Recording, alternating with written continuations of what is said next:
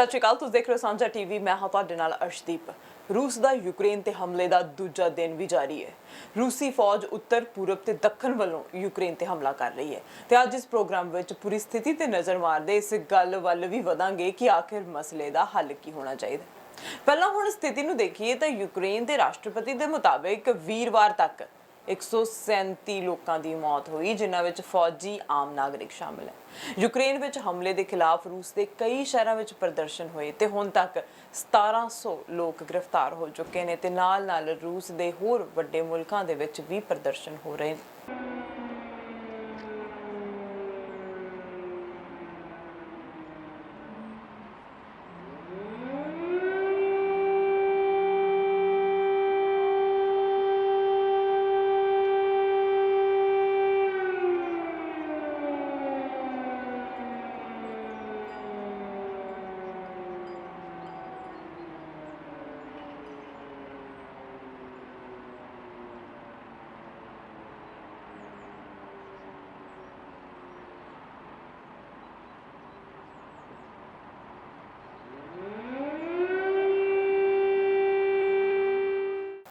Ukraine के रक्षा मंत्रालय ने कहा कि 1000 तो वध रूसी फौजी मारे गए ने।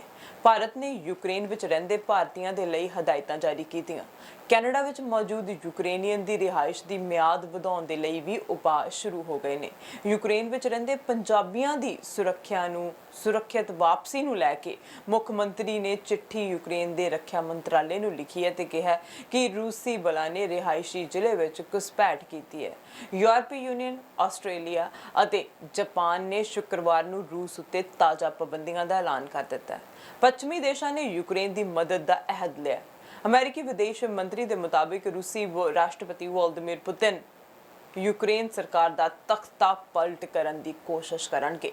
रूसी फौजा ने चेर्नोबिल परमाणु पावर प्लांट ते कब्जा किया है। यूक्रेन के राष्ट्रपति व्लादिमीर ज़ेलेंस्की ने शुक्रवार नूं कहा वो कीव विच ही रह रहे हैं, वो किते नहीं जा रहे।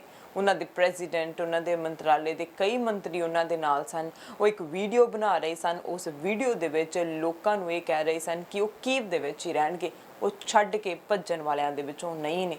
भावें कि रूसी बलों ने दूजे दिन हवाई हमलिਆਂ विच राजधानी ते होर शहरां ते हमला कीता है। रिपोर्ट के अनुसार एक फुटेज दे विच दिखाया गया कि नवजन्मे बच्चों नूं डनीप्रो चिल्ड्रन हॉस्पिटल दे विचों लैके जाया गया। छोटे छोटे बच्चे, मासूम बच्चे जिहड़े हजे थोड़े थोड़े दिनां दे ने जां एक अद्धे दिन दे ने, नवजन्मे बच्चे, उन्हां बच्चों नूं अस्थाई बंब शरण दे विच भी लगाया गया। उत्थे लैके जाया गया, उत्थे सुरक्षा दे उनके पुख्ता प्रबंध किए गए ने। ये जिहड़ियां तस्वीरां तुसीं देख रहे हो, दिल बलुंदर के रखण वालियां तस्वीरां ने जो यूक्रेन तो सामने आ रही ने। रूस के राष्ट्रपति व्लादिमीर पुतिन ने यूक्रेन उपर हमला करके कईयां नूं हैरानी विच तां पा दिता है। साल 2014 दे विच क्रीमिया दे उपर अधिकार करन तो बाद यह सब तो वड्डी कार्रवाई है। राष्ट्रपति पुतिन साल 2000 तो रूस की सत्ता विच ने ते उदों तो लैके हुण तक वो रूस के प्रधानमंत्री ते फिर राष्ट्रपति के अहुदे उत्ते रहे। पुतिन सोवियत तानाशाह स्टालिन तो बाद दूजे अजिहे रूसी आगू हैं जिन्हों ने यह लंबा अरसा देश की अगवाई की है। हुण साल 2020 के संविधानिक सुधारों तो बाद वो 2036 तक रूस के राष्ट्रपति बने रह सकणगे, जबकि राष्ट्रपति वजों उन्हां दा मौजूदा चौथा कार्यकाल 2024 दे विच शुरू हो गया। एक ब्रिटिश फिल्मकार है एल्फ्रेड हिचकॉक, उन्होंने दुविधा ते असमंजस के विषय बारे एक बार कहा सी कि जिन्ना हो सके दर्शकों को परेशान करो।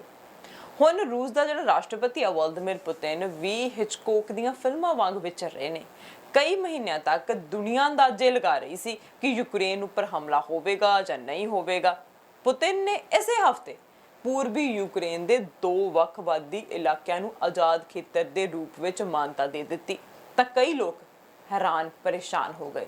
सब नूं लग्या हुण आखिर पुतिन अगे की करनगे।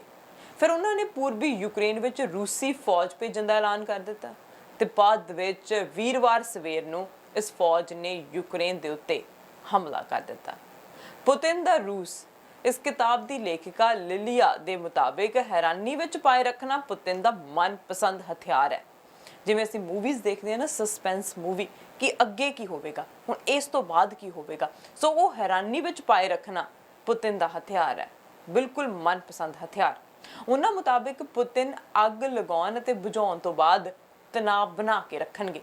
ਉਹ ਅਲੱਗ-ਅਲੱਗ ਚੀਜ਼ਾਂ ਕਰਦੇ ਰਹਿਣਗੇ ਤਾਂ ਕਿ ਸੈਂਟਰ ਆਫ ਅਟਰੈਕਸ਼ਨ ਬਣ ਕੇ ਰਿਹਾ ਜਾਵੇ, ਜਿਨ੍ਹਾਂ ਵਿੱਚ ਸਾਈਬਰ ਹਮਲੇ ਸ਼ਾਮਲ ਹੈ।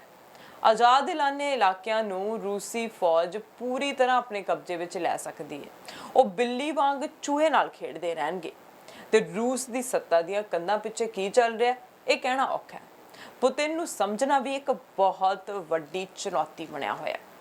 ਯੂਕਰੇਨ ਦੇ ਗ੍ਰਹਿ ਮੰਤਰਾਲੇ ਦੇ ਸਲਾਹਕਾਰ ਵਡਿਮ ਡੈਨੀਸੈਂਕੋ ਦਾ ਕਹਿਣਾ ਹੈ ਕਿ ਕੀਵ ਦੇ ਵਿੱਚ ਸਾਰੇ ਵਲੰਟੀਅਰਸ ਨੂੰ 18,000 ਮਸ਼ੀਨ ਗਨ। ਹੁਣ ਜਿੱਥੇ ਅਸੀਂ ਰਹਿੰਦੇ ਹਾਂ ਕੈਨੇਡਾ ਦੇ ਇਮੀਗ੍ਰੇਸ਼ਨ ਮਿਨਿਸਟਰ ਸ਼ੌਨ ਫਰੇਜ਼ਰ ਨੇ ਦੱਸਿਆ ਕਿ ਕੈਨੇਡਾ ਦੇ ਵੱਲੋਂ ਯੂਕਰੇਨ ਦੇ ਬਿਨੇਕਾਰਾਂ ਦੇ ਲਈ ਇਮੀਗ੍ਰੇਸ਼ਨ ਪ੍ਰਕਿਰਿਆ ਨੂੰ ਤੇਜ਼ ਕੀਤਾ ਜਾ ਰਿਹਾ ਹੈ। ਰੂਸ ਵੱਲੋਂ ਯੂਕਰੇਨ ਤੇ ਹਮਲਾ ਕਰਨ ਤੋਂ ਬਾਅਦ ਵਿਗੜੇ ਹਾਲਾਤ ਦੇ ਮੱਦੇਨਜ਼ਰ ਇਹ ਫੈਸਲਾ ਲਿਆ ਗਿਆ। ਵੀਰਵਾਰ ਨੂੰ ਰੂਸ ਨੇ ਯੂਕਰੇਨ ਉੱਪਰ ਬਕਾਇਦਾ ਫੌਜੀ ਚੜ੍ਹਾਈ ਕਰ ਦਿੱਤੀ ਹੈ। ਰਾਜਧਾਨੀ ਕੀਵ ਦੇ ਸਮੇਤ ਕਈ ਸ਼ਹਿਰਾਂ ਵਿੱਚ ਬੰਬਾਰੀ ਸੁਣਾਈ ਦਿੱਤੀ ਹੈ। ਸਥਾਨਕ ਵਸਨੀਕ ਆਪਣੀਆਂ ਜਾਨਾਂ ਬਚਾਉਂਦੇ ਸੜਕਾਂ ਤੇ ਭੱਜਦੇ ਦੇਖੇ ਗਏ। ਫਰੇਜ਼ਰ ਨੇ ਦੱਸਿਆ ਕਿ ਉਹਨਾਂ ਦੇ ਵਿਭਾਗ ਨੇ ਪਹਿਲ ਦੇ ਆਧਾਰ ਤੇ 1800 ਯੂਕਰੇਨੀਅਨ ਇਮੀਗ੍ਰੇਸ਼ਨ ਅਰਜ਼ੀਆਂ ਨੂੰ ਮਨਜ਼ੂਰੀ ਵੀ ਦੇ ਦਿੱਤੀ ਹੈ। ਫਰੇਜ਼ਰ ਨੇ ਕਿਹਾ ਕਿ ਉਹਨਾਂ ਨੇ ਪ੍ਰਧਾਨ ਮੰਤਰੀ ਜਸਟਿਨ ਟਰੂਡੋ ਅਤੇ ਯੂਕਰੇਨੀਅਨ ਕੈਨੇਡੀਅਨ ਕਾਂਗਰਸ ਦੇ ਨਾਲ ਖਾਸ ਗੱਲ ਕੀਤੀ ਸੀ ਤਾਂ ਕਿ ਅੱਗੇ ਦੇ ਰਸਤੇ ਦੀ ਪਛਾਣ ਅਤੇ ਯੂਕਰੇਨ ਛੱਡਣ ਦੀ ਕੋਸ਼ਿਸ਼ ਅਤੇ ਸੁਰੱਖਿਆ ਦੀ ਮੰਗ ਕਰ ਰਹੇ ਲੋਕਾਂ ਦੀਆਂ ਜ਼ਰੂਰਤਾਂ ਪੂਰੀਆਂ ਕੀਤੀਆਂ ਜਾ ਸਕਣ। ਉਹਨਾਂ ਨੇ ਦੱਸਿਆ ਕਿ ਕੈਨੇਡੀਅਨ ਇਮੀਗ੍ਰੇਸ਼ਨ ਵਿਭਾਗ ਰੂਸੀ ਹਮਲੇ ਦੀ ਸੰਭਾਵਨਾ ਕਾਰਨ 19 ਜਨਵਰੀ ਤੋਂ ਹੀ ਵਿਸ਼ੇਸ਼ ਉਪਾਵਾਂ ਤੇ ਕੰਮ ਕਰ ਰਿਹਾ ਸੀ। ਉਹਨਾਂ ਨੇ ਰੂਸੀ ਹਮਲੇ ਨੂੰ ਦੂਜੇ ਵਿਸ਼ਵ ਯੁੱਧ ਤੋਂ ਬਾਅਦ ਗਲੋਬਲ ਕਾਨੂੰਨੀ ਵਿਵਸਥਾ ਦੇ ਲਈ ਸਭ ਤੋਂ ਵੱਡਾ ਖਤਰਾ ਦੱਸਿਆ। ਫਰੇਜ਼ਰ ਨੇ ਦੱਸਿਆ ਕਿ ਕੈਨੇਡਾ ਨੇ ਵਾਰਸਾ, ਵੀਏਨਾ ਅਤੇ ਬੁਖਾਰੈਸਟ ਦੇ ਵਿੱਚ ਹੋਰ ਸਟਾਫ ਸ਼ਾਮਲ ਕੀਤਾ ਤੇ ਯੂਕਰੇਨ ਤੋਂ ਭੱਜਣ ਦੀ ਕੋਸ਼ਿਸ਼ ਕਰਨ ਵਾਲੇ ਲੋਕਾਂ ਦੀਆਂ ਅਰਜ਼ੀਆਂ ਦੀ ਪ੍ਰਕਿਰਿਆ ਵਿੱਚ ਤੇਜ਼ੀ ਲਿਆਉਣ ਦੇ ਲਈ ਮੋਬਾਈਲ ਬਾਇਓਮੈਟ੍ਰਿਕ ਯੂਨਿਟ ਵੀ ਪ੍ਰਦਾਨ ਕੀਤੇ ਗਏ ਨੇ। ਉਹਨਾਂ ਨੇ ਦੱਸਿਆ ਕਿ ਕੈਨੇਡਾ ਵਿੱਚ ਮੌਜੂਦ ਯੂਕਰੇਨੀਅਨਜ਼ ਦੀ ਰਿਹਾਇਸ਼ ਦੀ ਮਿਆਦ ਵਧਾਉਣ ਦੀ ਆਗਿਆ ਲਈ ਵੀ ਉਪਾਅ ਸ਼ੁਰੂ ਕੀਤੇ ਗਏ ਨੇ ਤਾਂ ਕਿ ਯੂਕਰੇਨ ਦੇ ਹਾਲਾਤ ਸੁਰੱਖਿਅਤ ਹੋਣ ਤੱਕ ਲੋਕ ਇੱਥੇ ਹੀ ਰਹਿ ਸਕਣ। ਦੂਜੇ ਪਾਸੇ ਪ੍ਰਧਾਨ ਮੰਤਰੀ ਜਸਟਿਨ ਟਰੂਡੋ ਨੇ ਦੱਸਿਆ ਕਿ ਫੈਡਰਲ ਸਰਕਾਰ ਯੂਕਰੇਨੀਅਨ ਲੋਕਾਂ ਦੀਆਂ ਇਮੀਗ੍ਰੇਸ਼ਨ ਐਪਲੀਕੇਸ਼ਨ ਨੂੰ ਤਰਜੀਹ ਦੇਵੇਗੀ। ਇੱਕ ਖਾਸ ਟੈਲੀਫੋਨ ਲਾਈਨ ਸ਼ੁਰੂ ਕੀਤੀ ਜਾ ਰਹੀ ਹੈ ਜਿਸ ਆਸਰੇ ਯੂਕਰੇਨ ਤੋਂ ਕੈਨੇਡਾ ਦੀ ਇਮੀਗ੍ਰੇਸ਼ਨ ਸੰਬੰਧੀ ਸਵਾਲ ਕੀਤੇ ਜਾ ਸਕਦੇ ਨੇ। ਉਹਨਾਂ ਨੇ ਦੱਸਿਆ ਕਿ ਕੈਨੇਡਾ ਨੇ ਯੂਕਰੇਨ ਵਿੱਚ ਫਸੇ ਕੈਨੇਡੀਅਨ ਨਾਗਰਿਕਾਂ ਤੇ ਪਰਮਾਨੈਂਟ ਰੈਜ਼ੀਡੈਂਟਸ ਦੇ ਲਈ ਪੋਲੈਂਡ, ਸਲੋਵਾਕੀਆ, ਹੰਗਰੀ, ਰੋਮਾਨੀਆ ਅਤੇ ਮੋਲਡੋਵਾ ਦੇ ਲਈ ਸੁਰੱਖਿਅਤ ਪੈਸੇਜ ਦਾ ਪ੍ਰਬੰਧ ਕੀਤਾ ਹੈ। ਟਰੂਡੋ ਨੇ ਅੱਜ ਰੂਸ ਦੇ ਯੂਕਰੇਨ ਤੇ ਕੀਤੇ ਹਮਲੇ ਦੀ ਨਿੰਦਿਆ ਕਰਦੇ ਹੋਏ ਕਿਹਾ ਕਿ ਰੂਸ ਨੂੰ ਤੁਰੰਤ ਯੂਕਰੇਨ ਤੋਂ ਆਪਣੀਆਂ ਫੌਜਾਂ ਹਟਾਉਣੀਆਂ ਚਾਹੀਦੀਆਂ, ਹਮਲਾ ਬੰਦ ਕਰਨਾ ਚਾਹੀਦਾ ਹੈ। ਟਰੂਡੋ ਨੇ ਕਿਹਾ ਕਿ ਸਾਡੀ ਤਲਖੀ ਰੂਸ ਦੇ ਲੋਕਾਂ ਨਾਲ ਨਹੀਂ ਬਲਕਿ ਸਿਰਫ ਰੂਸ ਦੇ ਰਾਸ਼ਟਰਪਤੀ ਵਲਾਦੀਮੀਰ ਪੁਤਿਨ ਦੇ ਨਾਲ ਹੈ। ਉਹਨਾਂ ਕਿਹਾ ਕਿ ਰੂਸ ਦਾ ਐਕਸ਼ਨ ਡੈਮੋਕ੍ਰੈਟਿਕ ਸਿਧਾਂਤਾਂ ਦੇ ਉਲਟ ਹੈ। ਟਰੂਡੋ ਨੇ ਯੂਕਰੇਨ ਵਿੱਚ ਬੈਠੇ ਲੋਕਾਂ ਨੂੰ ਵੀ ਸੁਨੇਹਾ ਦਿੱਤਾ। ਉਹਨਾਂ ਕਿਹਾ ਕਿ ਯੂਕਰੇਨ ਦੇ ਲੋਕ ਇਕੱਲੇ ਨਹੀਂ, ਉਹਨਾਂ ਦੇ ਨਾਲ ਕੈਨੇਡਾ ਖੜਾ ਹੈ। We can never lose sight of the human cost of conflict. Innocent people, including children, are now facing violence and chaos. In these dark hours, Canada's message to the people of Ukraine is this: you are not alone. We are standing with you. For Canadians and permanent residents in Ukraine, your safety and security are now our top priority. We also want to make sure that you can get to safety. We've arranged for safe passage for you and your families at the land borders with Poland, Slovakia, Hungary, Romania, and Moldova.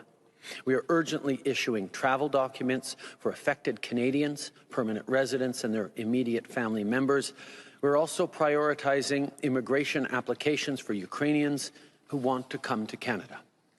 And to ensure we can serve people as quickly as possible, today we are launching a new dedicated phone line for anyone at home or abroad with urgent Ukraine-related immigration questions. That President Putin has underestimated the strength and unity of democratic allies and partners, and he has underestimated the strength and resolve of Ukrainian people.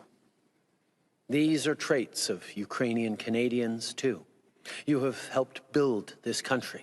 You are proud of your country, your culture, and your heritage, and you don't back down. Well, neither will Canada.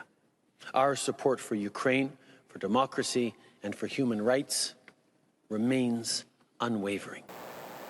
ਹੁਣ Russia ਤੇ ਬਹੁਤ ਸਾਰੇ ਮੁਲਕਾਂ ਨੇ ਪਾਬੰਦੀਆਂ ਲਗਾਈਆਂ, sanction ਲਗਾਏ ਆ। ਕੈਨੇਡਾ ਦੇ ਵੱਲੋਂ ਦੂਜੀ ਤੀਜੀ ਵਾਰ ਸੈਂਕਸ਼ਨ ਜਿਹੜੇ ਲਗਾਏ ਗਏ ਨੇ, ਖਾਸ ਕਰਕੇ ਵਲਦੀਮੀਰ ਪੁਤਿਨ ਦੇ ਉੱਤੇ। ਵੀਰਵਾਰ ਨੂੰ ਰੂਸ ਨੇ ਯੂਕਰੇਨ ਉੱਤੇ ਹਮਲਾ ਕਰ ਦਿੱਤਾ ਹੈ। ਰੂਸੀ ਮਿਜ਼ਾਈਲਾਂ ਨੇ ਯੂਕਰੇਨ ਦੇ ਸ਼ਹਿਰਾਂ ਵਿੱਚ ਤਬਾਹੀ ਮਚਾਉਣੀ ਸ਼ੁਰੂ ਕੀਤੀ ਹੋਈ ਹੈ ਤੇ ਰੂਸ ਦੇ ਫੌਜੀ ਦਸਤਿਆਂ ਦੇ ਵੀ ਸਰਹੱਦ ਟੱਪ ਕੇ ਯੂਕਰੇਨ ਵਿੱਚ ਦਾਖਲ ਹੋਣ ਦੀਆਂ ਰਿਪੋਰਟਾਂ ਨੇ। ਰਾਜਧਾਨੀ ਕੀਵ ਦੇ ਵਿੱਚ ਵੀਰਵਾਰ ਸਵੇਰ ਨੂੰ ਹੀ ਬੰਬ ਧਮਾਕਿਆਂ ਦੀਆਂ ਆਵਾਜ਼ਾਂ ਸੁਣਨੀਆਂ ਸ਼ੁਰੂ ਹੋ ਗਈਆਂ ਸੀ ਤੇ ਸ਼ਹਿਰ ਭਰ ਵਿੱਚ ਸਾਇਰਨ ਵੱਜਣ ਲੱਗ ਗਏ ਸੀ, ਗੋਲੀਬਾਰੀ ਹੋਣ ਲੱਗ ਗਈ ਸੀ ਤੇ ਲੋਕਾਂ ਦੇ ਬਚ ਕੇ ਭੱਜਣ ਦੇ ਦਿਲ ਦਹਿਲਾਉਣ ਵਾਲੇ ਦ੍ਰਿਸ਼ ਰਿਪੋਰਟ ਕੀਤੇ ਗਏ ਸੀ। ਯੂਕਰੇਨ ਦੇ ਰਾਸ਼ਟਰਪਤੀ ਵੋਲੋਦੀਮੀਰ ਜ਼ੈਲੈਂਸਕੀ ਦਾ ਕਹਿਣਾ ਹੈ ਕਿ ਰੂਸੀ ਰਾਸ਼ਟਰਪਤੀ ਪੁਤਿਨ ਦਾ ਮਕਸਦ ਉਹਨਾਂ ਦੇ ਮੁਲਕ ਨੂੰ ਬਰਬਾਦ ਕਰਨਾ ਹੈ। ਯੂਕਰੇਨ ਦੇ ਵਿਦੇਸ਼ ਮੰਤਰੀ ਦਮਿਤਰੀ ਕੁਲੇਬਾ ਨੇ ਟਵਿੱਟਰ ਤੇ ਲਿਖਿਆ, ਇਹ ਹਮਲਾਵਰ ਜੰਗ ਹੈ। ਯੂਕਰੇਨ ਆਪਣੇ ਆਪ ਨੂੰ ਬਚਾਏਗਾ ਤੇ ਜਿੱਤੇਗਾ। ਇਹ ਦੁਨੀਆ ਪੁਤਿਨ ਨੂੰ ਰੋਕ ਸਕਦੀ ਹੈ ਤੇ ਉਸ ਨੂੰ ਰੋਕਣਾ ਚਾਹੀਦਾ। ਕਾਰਵਾਈ ਕਰਨ ਦਾ ਸਮਾਂ ਹੁਣ ਹੈ। ਯੂਰਪੀਅਨ ਯੂਨੀਅਨ ਦੇ ਵਿਦੇਸ਼ੀ ਮਾਮਲਿਆਂ ਦੇ ਮੁਖੀ ਜੋਸੇਪ ਬੋਰੇਲ ਨੇ ਕਿਹਾ ਕਿ ਦੂਸਰੇ ਵਿਸ਼ਵ ਯੁੱਧ ਤੋਂ ਬਾਅਦ ਯੂਰਪ ਦੇ ਲਈ ਇਹ ਸਭ ਤੋਂ ਕਾਲਾ ਦੌਰ ਹੈ। ਰੂਸੀ ਸਰਹੱਦ ਦੇ ਨਾਲ ਲੱਗਦੇ ਦੂਸਰੇ ਸਭ ਤੋਂ ਵੱਡੇ ਯੂਕਰੇਨੀ ਸ਼ਹਿਰ ਖਰਕੀਵ ਦੇ ਇੱਕ ਬਾਸ਼ਿੰਦੇ ਨੇ ਦੱਸਿਆ ਕਿ ਲਗਾਤਾਰ ਹੋ ਰਹੀ ਬੰਬਾਰੀ ਕਾਰਨ ਉਸਦੇ ਘਰ ਦੀਆਂ ਖਿੜਕੀਆਂ ਲਗਾਤਾਰ ਕੰਬ ਰਹੀਆਂ ਨੇ। ਰੂਸ ਸਮਰਥਿਤ ਵੱਖਵਾਦੀਆਂ ਦੇ ਨਿਯੰਤਰਣ ਨਜ਼ਦੀਕ ਮੈਰੀਓਪੋਲ ਦੇ ਬਾਹਰ ਵੀ ਰੂਸੀ ਬੰਬਾਰੀ ਤੋਂ ਬਾਅਦ ਉੱਠਦਾ ਧੂਆਂ ਨਜ਼ਰ ਆ ਰਿਹਾ ਸੀ। ਸ਼ੁਰੂਆਤੀ ਰਿਪੋਰਟਾਂ ਦੇ ਵਿੱਚ ਰੂਸੀ ਹਮਲੇ ਵਿੱਚ ਮਾਰੇ ਗਏ ਲੋਕਾਂ ਬਾਰੇ ਕੁਝ ਸਪਸ਼ਟ ਨਹੀਂ ਸੀ ਹੋ ਰਿਹਾ। ਯੂਕਰੇਨ ਨੇ ਰੂਸੀ ਬੰਬਾਰੀ ਵਿੱਚ 8 ਲੋਕਾਂ ਦੀ ਮੌਤ ਦੀ ਪਹਿਲਾਂ ਪੁਸ਼ਟੀ ਕੀਤੀ, ਫਿਰ 40 ਲੋਕਾਂ ਦੀ ਮੌਤ ਦੀ ਪੁਸ਼ਟੀ ਕੀਤੀ ਤੇ ਦੱਖਣੀ ਖੈਰਸਨ ਇਲਾਕੇ ਵਿੱਚ 3 ਫੌਜੀਆਂ ਦੇ ਮ੍ਰਿਤ ਹੋਣ ਦੀ ਤਸਦੀਕ ਕੀਤੀ ਸੀ। ਪਰ ਯੂਕਰੇਨ ਦੇ ਰਾਸ਼ਟਰਪਤੀ ਦੇ ਇੱਕ ਸਲਾਹਕਾਰ ਦੇ ਅਨੁਸਾਰ ਰੂਸੀ ਹਮਲਿਆਂ ਵਿੱਚ ਹੁਣ ਤੱਕ ਘੱਟੋ-ਘੱਟ 137 ਲੋਕਾਂ ਦੀ ਮੌਤ ਹੋਈ ਦੱਸੀ ਜਾ ਰਹੀ ਹੈ। ਇਹ ਮੌਤ ਦੀ ਰਿਪੋਰਟ ਉਦੋਂ ਹੋਈ ਹੈ ਜਦੋਂ ਮੈਂ ਇਹ ਰਿਪੋਰਟ ਤੁਹਾਡੇ ਤੱਕ ਪੇਸ਼ ਕਰ ਰਹੀ ਸੀ। ਉਸ ਤੋਂ ਬਾਅਦ ਹੋ ਸਕਦਾ ਹੈ ਇਹ ਮੌਤਾਂ ਦੀ ਗਿਣਤੀ ਹੋਰ ਵੀ ਵੱਧ ਜਾਵੇ। ਓਲੈਕਸੀ ਨੇ ਕਿਹਾ ਕਿ ਹਮਲਿਆਂ ਵਿੱਚ ਦਰਜਨਾਂ ਲੋਕ ਜ਼ਖਮੀ ਵੀ ਹੋਏ ਨੇ। ਹਾਲਾਂਕਿ ਉਹਨਾਂ ਮਾਰੇ ਗਏ ਲੋਕਾਂ ਦੇ ਵਿੱਚ ਕਿੰਨੇ ਆਮ ਸ਼ਹਿਰੀ ਸੀ, ਇਸ ਦੇ ਵੇਰਵੇ ਨਹੀਂ ਦਿੱਤੇ ਗਏ। ਸੰਯੁਕਤ ਰਾਸ਼ਟਰ ਦੀ ਰਿਫਿਊਜੀ ਏਜੰਸੀ ਨੇ ਰੂਸ ਵੱਲੋਂ ਕੀਤੀ ਗਈ ਫੌਜੀ ਕਾਰਵਾਈ ਦੇ ਤਬਾਹਕੁਨ ਸਿੱਟੇ ਨਿਕਲਣ ਦੀ ਚੇਤਾਵਨੀ ਦਿੱਤੀ ਹੈ। ਏਜੰਸੀ ਨੇ ਗੁਆਂਢੀ ਦੇਸ਼ਾਂ ਨੂੰ ਅਪੀਲ ਕੀਤੀ ਹੈ ਉਹ ਇਸ ਜੰਗ ਤੋਂ ਬਚ ਕੇ ਨਿਕਲਦੇ ਲੋਕਾਂ ਨੂੰ ਆਸਰਾ ਦੇਣ ਲਈ ਆਪਣੀਆਂ ਸਰਹੱਦਾਂ ਨੂੰ ਖੁੱਲ੍ਹਾ ਰੱਖਣ। ਵੀਰਵਾਰ ਸਵੇਰ ਇੱਕ ਟੈਲੀਵਿਜ਼ਨ ਭਾਸ਼ਣ ਦੇ ਵਿੱਚ ਪੁਤਿਨ ਨੇ ਜੰਗ ਦਾ ਐਲਾਨ ਕੀਤਾ ਸੀ ਤੇ ਰੂਸ ਨੇ ਯੂਕਰੇਨ ਵਿੱਚ ਲੋਕਾਂ ਤੇ ਰੂਸੀ ਨਾਗਰਿਕਾਂ ਦੀ ਨਸਲਕੁਸ਼ੀ ਨੂੰ ਰੋਕਣ ਦੇ ਲਈ ਵਿਸ਼ੇਸ਼ ਫੌਜੀ ਕਾਰਵਾਈ ਦੇ ਨਿਰਦੇਸ਼ ਦਿੱਤੇ ਸੀ। ਪੱਛਮੀ ਮੁਲਕ ਨਸਲਕੁਸ਼ੀ ਦੇ ਇਹਨਾਂ ਦਾਅਵਿਆਂ ਨੂੰ ਪ੍ਰੋਪੇਗੈਂਡਾ ਆਖਦੇ ਰਹੇ ਨੇ। ਯੂਐਸ ਦੇ ਰਾਸ਼ਟਰਪਤੀ ਜੋ ਬਾਈਡਨ ਨੇ ਰੂਸੀ ਹਮਲੇ ਦੀ ਸਖਤ ਨਿੰਦਾ ਕਰਦਿਆਂ ਰੂਸ ਦੇ ਖਿਲਾਫ ਸਖਤ ਪਾਬੰਦੀਆਂ ਲਗਾਉਣ ਦੀ ਗੱਲ ਆਖੀ ਹੈ। 1000 ਸਾਲ ਦੇ ਇਤਿਹਾਸ ਅਤੇ 44 ਮਿਲੀਅਨ ਦੀ ਆਬਾਦੀ ਵਾਲਾ ਯੂਕਰੇਨ ਖੇਤਰਫਲ ਵਜੋਂ ਯੂਰਪ ਦਾ ਸਭ ਤੋਂ ਵੱਡਾ ਦੇਸ਼ ਹੈ। ਸੋਵੀਅਤ ਯੂਨੀਅਨ ਦੇ ਖਾਤਮੇ ਤੋਂ ਬਾਅਦ ਯੂਕਰੇਨ ਨੇ ਆਜ਼ਾਦੀ ਲਈ ਵੋਟ ਪਾਈ ਅਤੇ ਯੂਰਪੀਅਨ ਯੂਨੀਅਨ ਅਤੇ ਨਾਟੋ ਵਿੱਚ ਸ਼ਾਮਲ ਹੋਣ ਦਾ ਲਕਸ਼ ਰੱਖਿਆ। ਇਹਨਾਂ ਇੱਛਾਵਾਂ ਨੇ ਹੀ ਰੂਸ ਨੂੰ ਨਾਰਾਜ਼ ਕੀਤਾ। ਪੁਤਿਨ ਪਿਛਲੇ ਕਈ ਮਹੀਨਿਆਂ ਤੋਂ ਯੂਕਰੇਨ ਤੇ ਹਮਲਾ ਕਰਨ ਦੀ ਗੱਲ ਤੋਂ ਮੁਨਕਰ ਹੋ ਰਹੇ ਸਨ। ਉਹਨਾਂ ਦਾ ਦਾਅਵਾ ਹੈ ਕਿ ਯੂਕਰੇਨ ਇੱਕ ਨਕਲੀ ਦੇਸ਼ ਹੈ ਜੋ ਕਿ ਰੂਸ ਦੇ ਦੁਸ਼ਮਣਾਂ ਨੇ ਰੂਸ ਵਿੱਚੋਂ ਹੀ ਬਣਾਇਆ। ਯੂਕਰੇਨੀ ਇਸ ਦਾਅਵੇ ਨੂੰ ਹੈਰਾਨੀਜਨਕ ਤੇ ਝੂਠਾ ਦੱਸਦੇ ਆ। ਪੁਤਿਨ ਦੇ ਵੱਲੋਂ ਜੰਗ ਦੇ ਨਿਰਦੇਸ਼ ਦਿੱਤੇ ਜਾਣ ਤੋਂ 3 ਘੰਟਿਆਂ ਬਾਅਦ ਰੂਸ ਦੇ ਰੱਖਿਆ ਮੰਤਰਾਲੇ ਨੇ ਕਿਹਾ ਸੀ ਕਿ ਉਹਨਾਂ ਨੇ ਯੂਕਰੇਨੀ 에ਅਰਬੇਸ ਤੇ ਤਗੜਾ ਹਮਲਾ ਕਰਕੇ ਉਸ ਦੀ ਸਮਰੱਥਾ ਨੂੰ ਕਮਜ਼ੋਰ ਕਰ ਦਿੱਤਾ। ਯੂਕਰੇਨ ਦੀਆਂ ਮੀਡੀਆ ਰਿਪੋਰਟਾਂ ਦੇ ਅਨੁਸਾਰ ਵੀ ਕੀਵ ਅਤੇ ਖਰਕੀਵ ਵਿੱਚ ਮਿਲਟਰੀ ਕਮਾਂਡ ਸੈਂਟਰਾਂ ਨੂੰ ਮਿਜ਼ਾਈਲਾਂ ਨਾਲ ਨਿਸ਼ਾਨਾ ਬਣਾਇਆ ਗਿਆ ਅਤੇ ਰੂਸੀ ਫੌਜਾਂ ਓਡੇਸਾ ਅਤੇ ਮੈਰੀਓਪੋਲ ਸ਼ਹਿਰਾਂ ਦੇ ਵਿੱਚ ਦਾਖਲ ਹੋ ਚੁੱਕੀਆਂ ਨੇ। ਉਧਰ ਜੋ ਬਾਈਡਨ ਨੇ ਵੀ ਪੁਤਿਨ ਨੂੰ ਨਿਸ਼ਾਨੇ ਸਾਧੇ ਉਹਨਾਂ ਨੇ ਕਿਹਾ ਕਿ ਇਹ ਪੁਤਿਨ ਹੈ ਜਿਹੜਾ ਜੰਗ ਚਾਹੁੰਦਾ ਹੈ। Putin is the aggressor. Putin chose this war, and now he and his country will bear the consequences.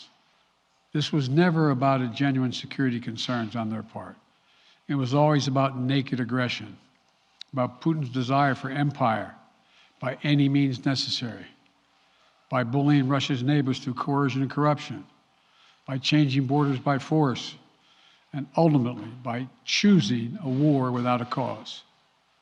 Putin's actions betray his sinister vision for the future of our world, one where nations take what they want by force. But it is a vision that the United States and freedom-loving nations everywhere will oppose with every tool of our considerable power. When the history of this era is written, Putin's choice to make a totally unjustifiable war on Ukraine will have left Russia weaker and the rest of the world stronger. Liberty, democracy, human dignity, these are the forces far more powerful than fear and oppression. They cannot be extinguished by tyrants like Putin and his armies. They cannot be erased by from people's hearts and hopes by any amount of violence and intimidation. They endure. In the contest between democracy and autocracy, between sovereignty and subjugation, make no mistake, freedom will prevail. ਰੂਸ ਨੇ ਅਜ਼ੋਵ ਸਾਗਰ ਵਿੱਚ ਸਾਰੀ shipping ਬੰਦ ਕਰਨ ਦਾ ਐਲਾਨ ਕਰ ਦਿੱਤਾ ਹੈ। ਮੈਰੀਉਪੋਲ ਸਮੇਤ ਯੂਕਰੇਨੀ ਬੰਦਰਗਾਹਾਂ ਵਾਲੇ ਸਮੁੰਦਰੀ ਹਿੱਸੇ ਵਿੱਚ ਜਾਣ ਵਾਲੀ ਸਟ੍ਰੇਟ ਨੂੰ ਰੂਸ ਕੰਟਰੋਲ ਕਰਦਾ ਹੈ। ਯੂਕਰੇਨ ਨੇ ਤੁਰਕੀ ਨੂੰ ਬਲੈਕ ਸਾਗਰ ਨੂੰ ਮੈਡੀਟੇਰੀਅਨ ਸਾਗਰ ਦੇ ਨਾਲ ਜੋੜਨ ਵਾਲੇ ਸਟ੍ਰੇਟ ਤੋਂ ਰੂਸੀ ਜਹਾਜ਼ਾਂ ਨੂੰ ਰੋਕਣ ਦੀ ਗੁਹਾਰ ਲਗਾਈ ਹੈ। ਹੁਣ ਉੱਥੇ ਲੋਕਾਂ ਦੇ ਵਿੱਚ ਬੜਾ ਡਰ ਦਾ ਮਾਹੌਲ ਬਣਿਆ ਹੋਇਆ ਹੈ। ਕੀਵ ਵਿੱਚ ਖਾਣ ਪੀਣ ਤੇ ਹੋਰ ਲੋੜੀਦਾ ਸਮਾਨ ਖਰੀਦਣ ਲਈ ਲੋਕਾਂ ਦੀਆਂ ਲੰਮੀਆਂ ਕਤਾਰਾਂ ਦੇਖੀਆਂ ਜਾ ਰਹੀਆਂ ਨੇ। ਪੋਲੈਂਡ ਤੇ ਹੋਰ ਪੱਛਮੀ ਸਰਹੱਦਾਂ ਵੱਲ ਜਾਂਦੇ ਲੋਕਾਂ ਕਾਰਨ ਟ੍ਰੈਫਿਕ ਬੁਰੀ ਤਰ੍ਹਾਂ ਜਾਮ ਨਜ਼ਰ ਆਇਆ। ਰੂਸੀ ਹਮਲੇ ਤੋਂ ਪ੍ਰਭਾਵਿਤ ਹੋ ਕੇ ਹਜ਼ਾਰਾਂ ਲੋਕਾਂ ਦੇ ਪੱਛਮੀ ਦੇਸ਼ਾਂ ਦੇ ਵਿੱਚ ਸ਼ਰਨ ਲੈਣ ਜਾਣ ਦੀ ਸੰਭਾਵਨਾ ਦੇ ਚੱਲਦਿਆਂ ਗੁਆਂਢੀ ਦੇਸ਼ਾਂ ਨੇ ਵੀ ਤਿਆਰੀ ਸ਼ੁਰੂ ਕਰ ਦਿੱਤੀ ਹੈ। ਰਿਪੋਰਟਾਂ ਮੁਤਾਬਕ ਪੱਛਮੀ ਸ਼ਹਿਰ ਲਵੀਵ ਵਿੱਚ 4 ਲੇਨਾਂ ਵਾਲੇ ਹਾਈਵੇ ਤੇ ਵੀ ਕਈ ਕਿਲੋਮੀਟਰ ਲੰਮਾ ਟ੍ਰੈਫਿਕ ਜਾਮ ਲੱਗਿਆ ਹੋਇਆ ਸੀ ਤੇ ਆਪਣੀ 3 ਸਾਲ ਦੀ ਬੇਟੀ ਨਾਲ ਟ੍ਰੈਫਿਕ ਵਿੱਚ ਜਾਮ ਇੱਕ ਮਹਿਲਾ ਨੇ ਦੱਸਿਆ ਕਿ ਉਹ ਉੱਥੋਂ ਭੱਜ ਰਹੀ ਹੈ ਕਿਉਂਕਿ ਜੰਗ ਸ਼ੁਰੂ ਹੋ ਗਈ ਹੈ। ਅਸੀਂ ਬੰਬਾਰੀ ਤੋਂ ਖੌਫ ਕਰਦੇ ਹਾਂ ਤੇ ਇਹ ਬਹੁਤ ਭਿਆਨਕ ਹੈ। ਹੁਣ ਹਰ ਕੋਈ ਇਸ ਹਮਲੇ ਦੀ ਘੋਰ ਨਿੰਦਾ ਕਰ ਰਿਹਾ ਹੈ। ਪ੍ਰਧਾਨ ਮੰਤਰੀ ਜਸਟਿਨ ਟਰੂਡੋ ਨੇ ਯੂਕਰੇਨ ਉੱਤੇ ਰੂਸੀ ਹਮਲੇ ਦੀ ਸਖਤ ਨਿੰਦਾ ਕਰਕੇ ਰੂਸ ਨੂੰ ਆਪਣੇ ਫੌਜੀਆਂ ਨੂੰ ਵਾਪਸ ਬੁਲਾਉਣ ਦੀ ਮੰਗ ਕੀਤੀ ਹੈ। ਉਹਨਾਂ ਕਿਹਾ ਕਿ ਹਮਲਾ ਯੂਕਰੇਨ ਦੀ ਪ੍ਰਭੂਸੱਤਾ ਅਤੇ ਭੂਗੋਲਿਕ ਅਖੰਡਤਾ ਦੀ ਉਲੰਘਣਾ ਦੇ ਨਾਲ-ਨਾਲ ਅੰਤਰਰਾਸ਼ਟਰੀ ਕਾਨੂੰਨ ਤੇ ਸੰਯੁਕਤ ਰਾਸ਼ਟਰ ਦੇ ਚਾਰਟਰਸ ਦੀ ਵੀ ਉਲੰਘਣਾ ਹੈ। ਟਰੂਡੋ ਨੇ ਕਿਹਾ ਕਿ ਉਹ G7 ਦੇਸ਼ਾਂ ਦੇ ਨਾਲ ਬੈਠਕ ਕਰ ਰਹੇ ਨੇ ਤੇ ਤੁਰੰਤ NATO ਅਤੇ ਹੋਰ ਭਾਈਵਾਲਾਂ ਨਾਲ ਮਿਲ ਕੇ ਰੂਸੀ ਹਮਲੇ ਦਾ ਜਵਾਬ ਦੇਣਗੇ। ਇਸ ਵਿੱਚ ਨਵੀਆਂ ਪਾਬੰਦੀਆਂ ਲਗਾਉਣਾ ਸ਼ਾਮਿਲ ਹੋਵੇਗਾ। NATO ਦੇ ਸਕੱਤਰ ਜਨਰਲ ਜੈਨਸ ਸਟੋਲਨਬਰਗ ਨੇ ਕਿਹਾ ਕਿ ਰੂਸ ਨੇ ਯੂਕਰੇਨ ਤੇ ਹਮਲਾ ਕਰਕੇ ਪੂਰੇ ਮਹਾਦੀਪ ਦੀ ਸ਼ਾਂਤੀ ਭੰਗ ਕਰ ਦਿੱਤੀ ਹੈ। ਫਰਾਂਸ ਨੇ ਰਾਸ਼ਟਰਪਤੀ ਇਮੈਨੂਅਲ ਮੈਕਰੋਨ ਨੇ ਕਿਹਾ ਕਿ ਯੂਰਪ ਅਤੇ ਭਾਈਵਾਲ ਦੇਸ਼ਾਂ ਨੇ ਯੂਕਰੇਨ ਨੂੰ ਹਮਲੇ ਤੋਂ ਬਚਾਉਣ ਦੇ ਲਈ ਪੂਰੀਆਂ ਕੋਸ਼ਿਸ਼ਾਂ ਕੀਤੀਆਂ ਸੀ, ਪਰ ਉਹਨਾਂ ਕਿਹਾ ਕਿ ਹੁਣ ਜਵਾਬ ਦੇਣ ਵਿੱਚ ਫਰਾਂਸ ਕੋਈ ਕਮਜ਼ੋਰੀ ਜ਼ਾਹਰ ਨਹੀਂ ਕਰੇਗਾ। ਇੱਕ ਟੀਵੀ ਇੰਟਰਵਿਊ ਦੇ ਵਿੱਚ ਮੈਕਰੋਨ ਨੇ ਕਿਹਾ ਸੀ ਕਿ ਯੂਕਰੇਨ ਤੇ ਰੂਸੀ ਹਮਲਾ ਯੂਰਪੀਅਨ ਇਤਿਹਾਸ ਵਿੱਚ ਇੱਕ ਨਵਾਂ ਮੋੜ ਹੈ ਅਤੇ ਪੂਰੇ ਮਹਾਦੀਪ ਤੇ ਇਸ ਦੇ ਗੰਭੀਰ ਨਤੀਜੇ ਹੋਣਗੇ ਤੇ ਇਸ ਦੇ ਨਾਲ ਜ਼ਿੰਦਗੀ ਬਦਲ ਜਾਵੇਗੀ। ਮੈਕਰੋਨ ਨੇ ਕਿਹਾ ਕਿ ਅਸੀਂ ਜੰਗ ਟਾਲਣ ਦੀ ਪੂਰੀ ਕੋਸ਼ਿਸ਼ ਕੀਤੀ, ਪਰ ਹੁਣ ਇਹ ਸ਼ੁਰੂ ਹੋ ਗਈ ਹੈ ਤੇ ਅਸੀਂ ਤਿਆਰ ਹਾਂ। Reservations. We are at a grave moment for the security of Europe.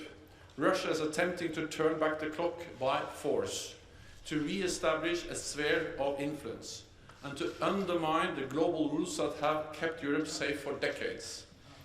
We have all made tireless efforts to engage Russia in diplomacy, but Moscow has refused dialogue and chosen aggression.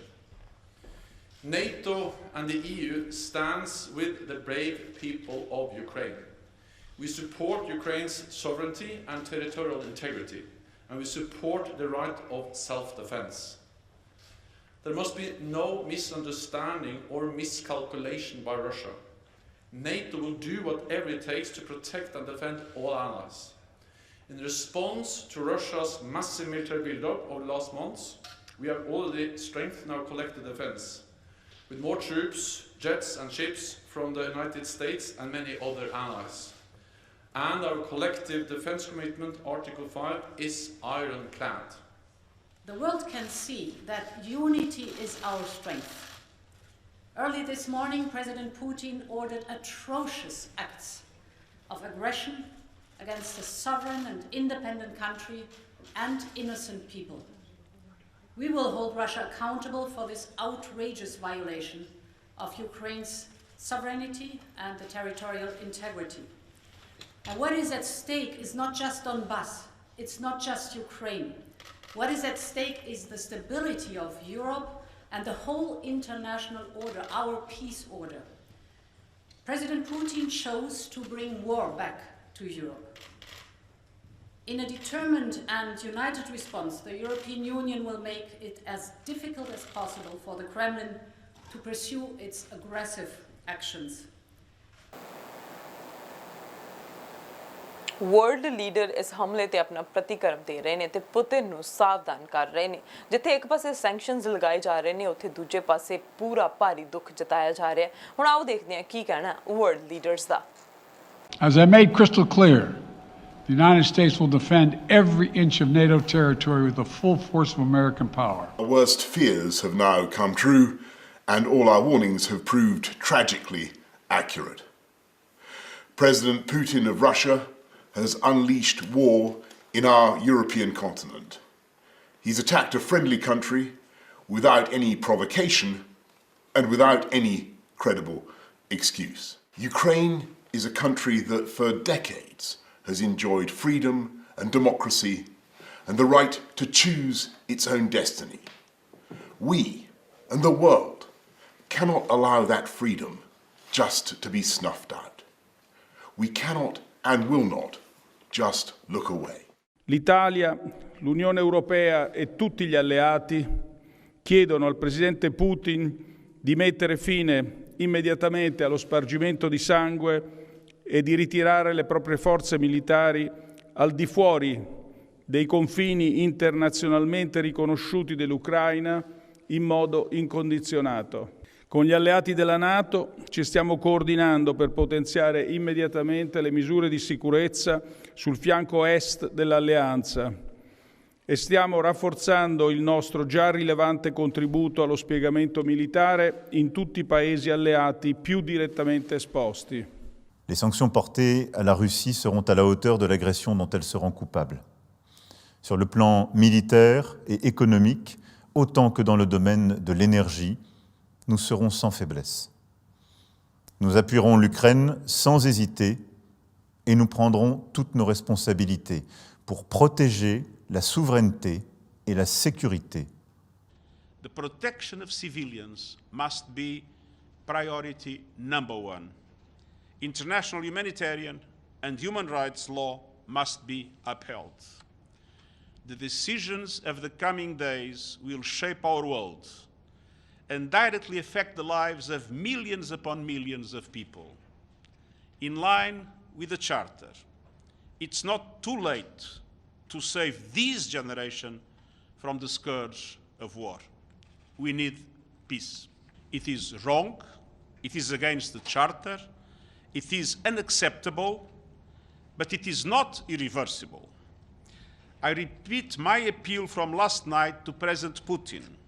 Stop the military operation. Bring the troops back to Russia. 乌克兰问题是有着非常复杂的历史背景和经纬，演变到了今天这种局面，是各种因素共同作用的结果。我们注意到，今天俄罗斯国防部也有表态，称其武装力量不会对它城市实施导弹、航空和火炮的袭击。那么，我们中方密切关注当前最新事态的发展。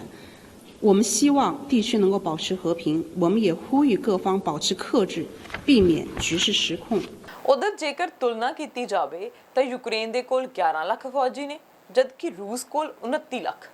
ਜੇਕਰ ਲੜਾਕੂ ਜਹਾਜ਼ਾਂ ਦੀ ਗੱਲ ਕੀਤੀ ਜਾਵੇ ਤਾਂ Ukraine ਦੇ ਕੋਲ 98 ਜਦਕਿ ਰੂਸ ਕੋਲ 1511 ਲੜਾਕੂ ਜਹਾਜ਼ ਮੌਜੂਦ ਨੇ।